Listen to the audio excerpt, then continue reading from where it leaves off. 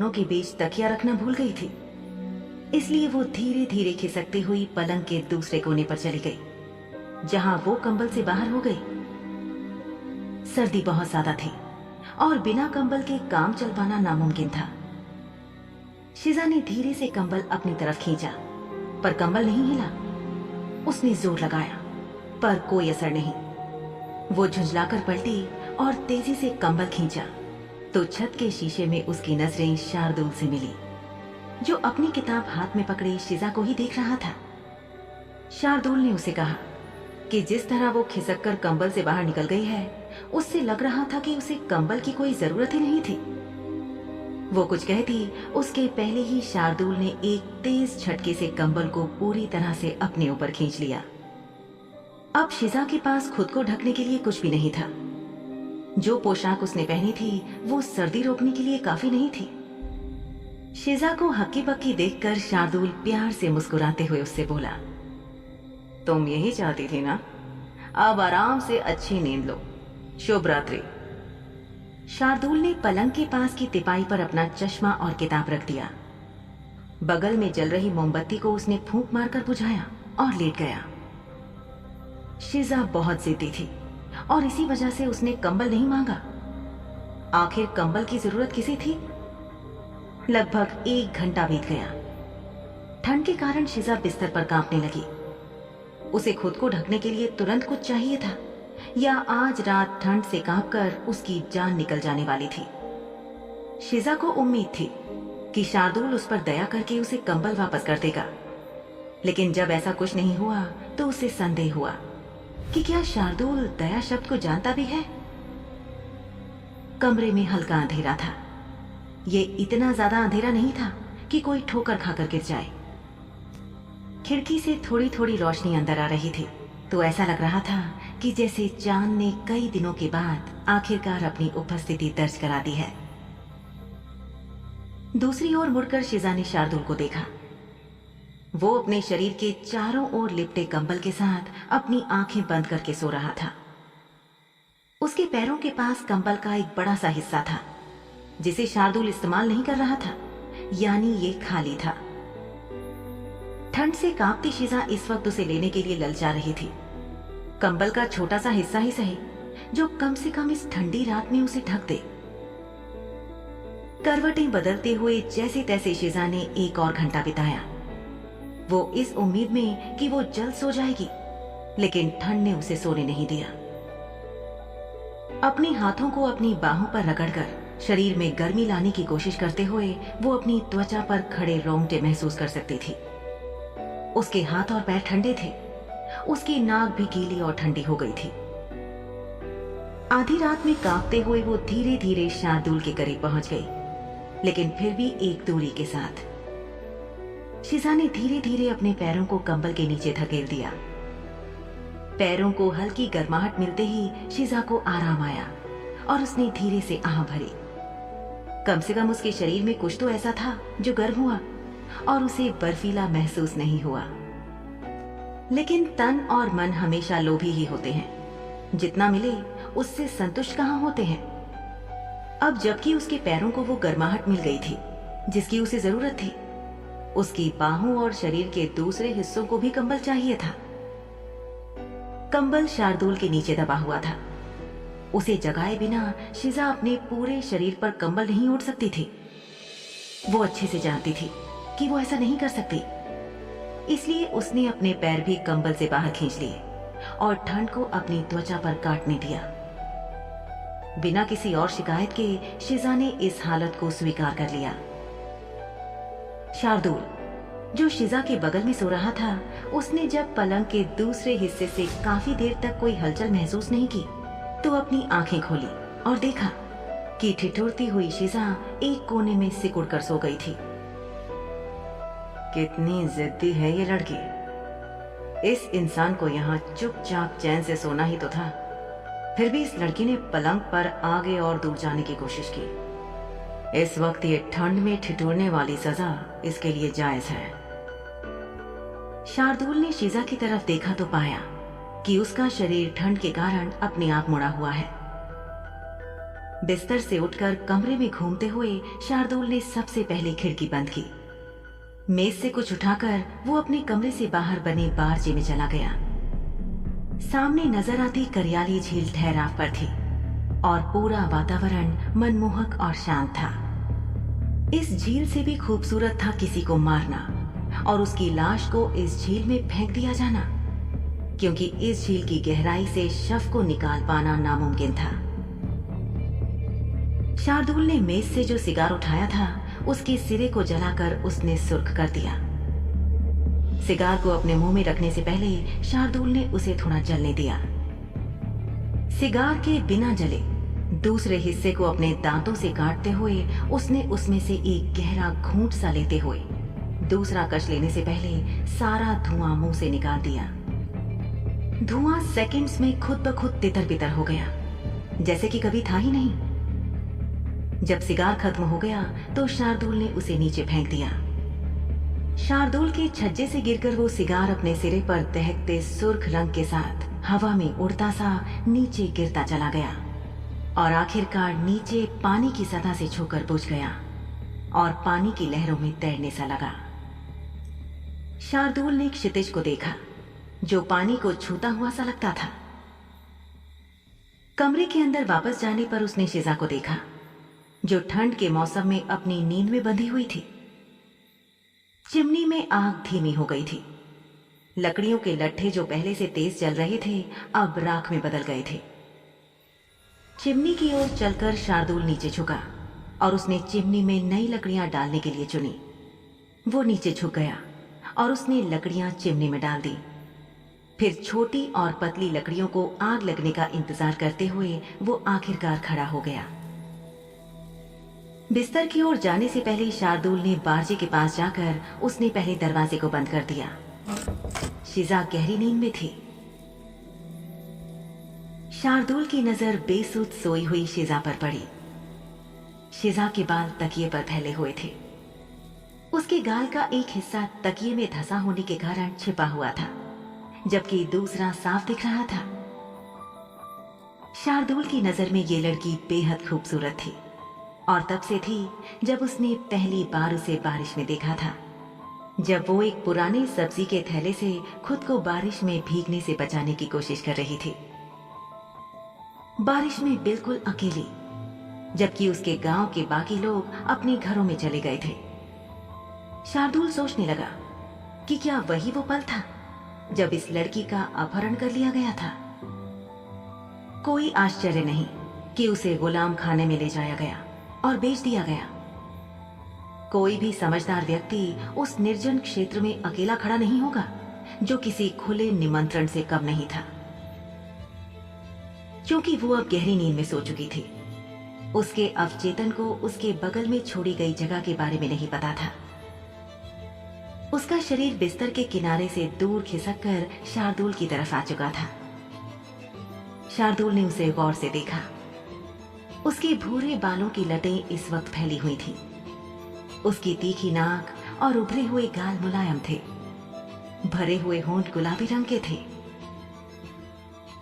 जब शार्दुल ने उसे काला बाजार से खरीदा था, उस दिन वाली शिजा की हालत से आज वो काफी बेहतर लग रही थी। शार्दुल ने शिजा के लंबे सुनहरे बालों की एक लट को उठाया, उसकी बनावट पर अपनी उंगली चलाई और उसे महसूस किया। कितनी पागल हो तुम।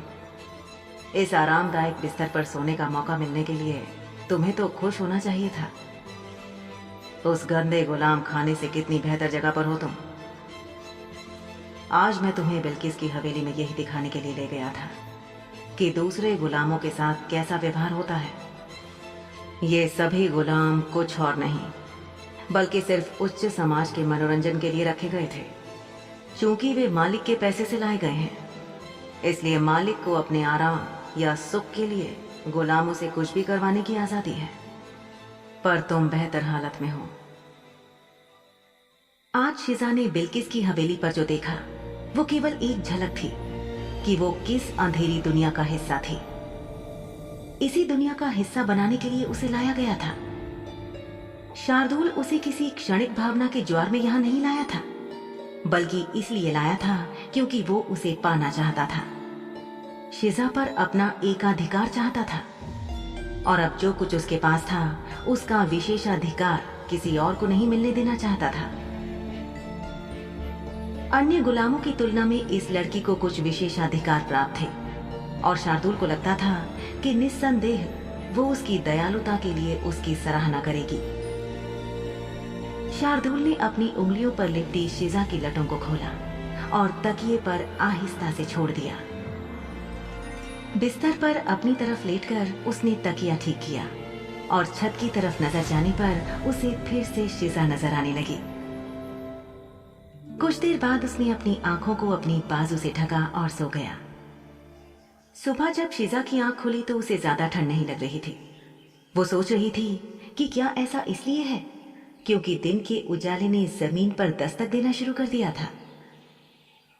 इस बात से वो अनजान थी कि दरवाजे और खिड़कियां बंद थे और साथ ही कमरे को गर्म रखने के लिए चिमनी फिर से शुरू की गई थी।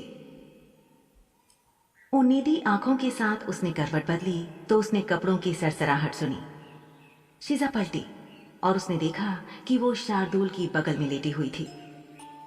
शार्दुल ने अपना पजामा पहना हुआ था लेकिन उसकी कमीज के सारे बटन खुले हुए थे।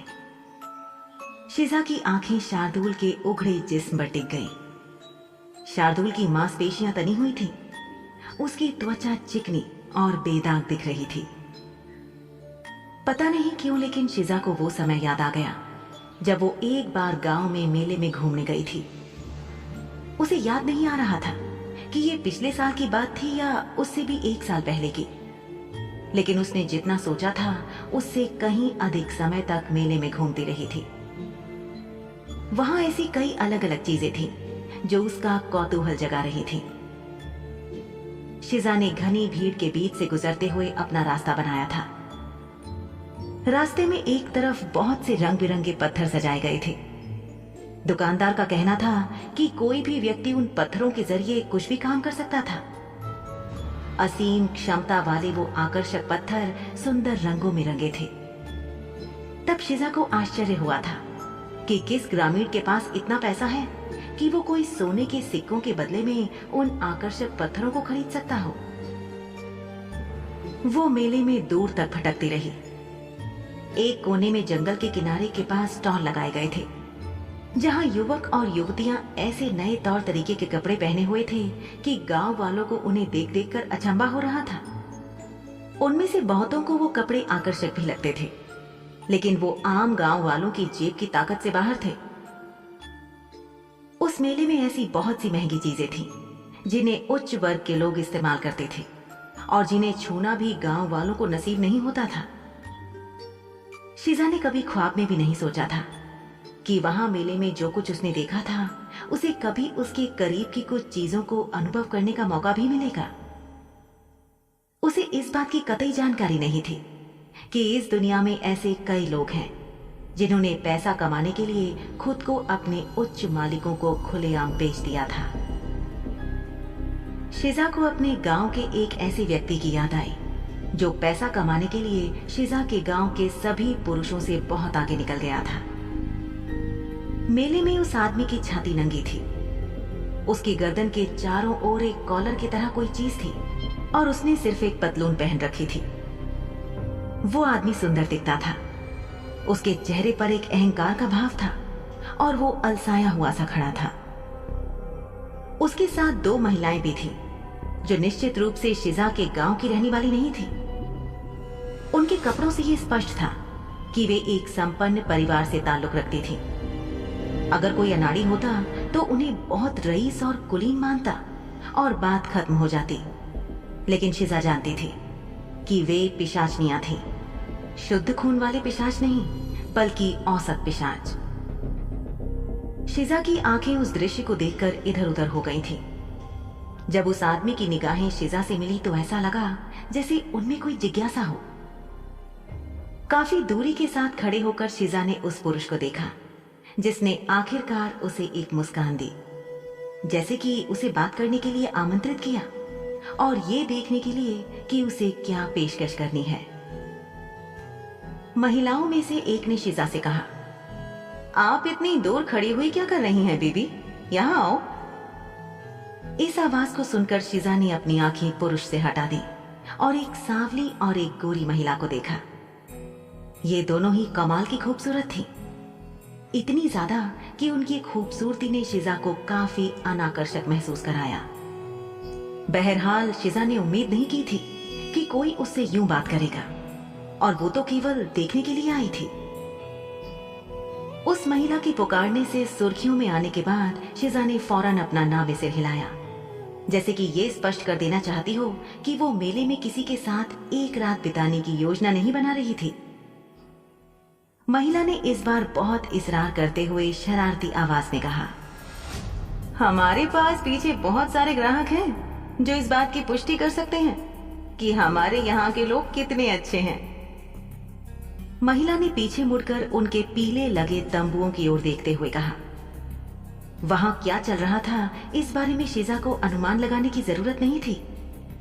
महिला ने शिजा का पीछा नहीं छोड़ा और बोली, आपको बस इतना करना है कि मुझे अपनी प्राथमिकताएं बताएं।